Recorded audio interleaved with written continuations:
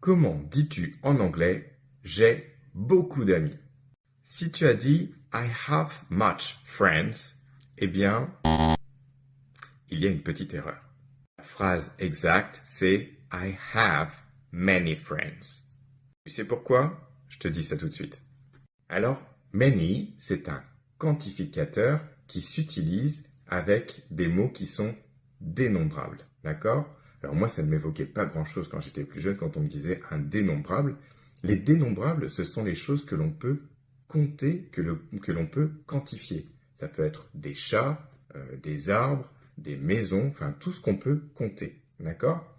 Dans ces cas-là, tu utiliseras many. Et dans notre exemple, friends, ce sont les amis, on peut les compter, d'accord ? Sur les doigts de la main, par exemple. Donc, on utilisera many. Much, quant à lui, c'est un quantificateur, lui aussi, mais il sera utilisé pour des choses qui sont indénombrables. Indénombrables comme, par exemple, une quantité de riz, une quantité de lait, une quantité d'eau, parce que du coup, ce sont des choses que on aura du mal à saisir et c'est une quantité de matière, d'accord ?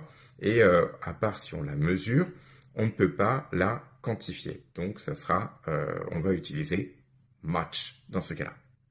Maintenant, en sachant ça, est-ce que tu peux me dire si tu vas utiliser much ou many dans la phrase que je te propose?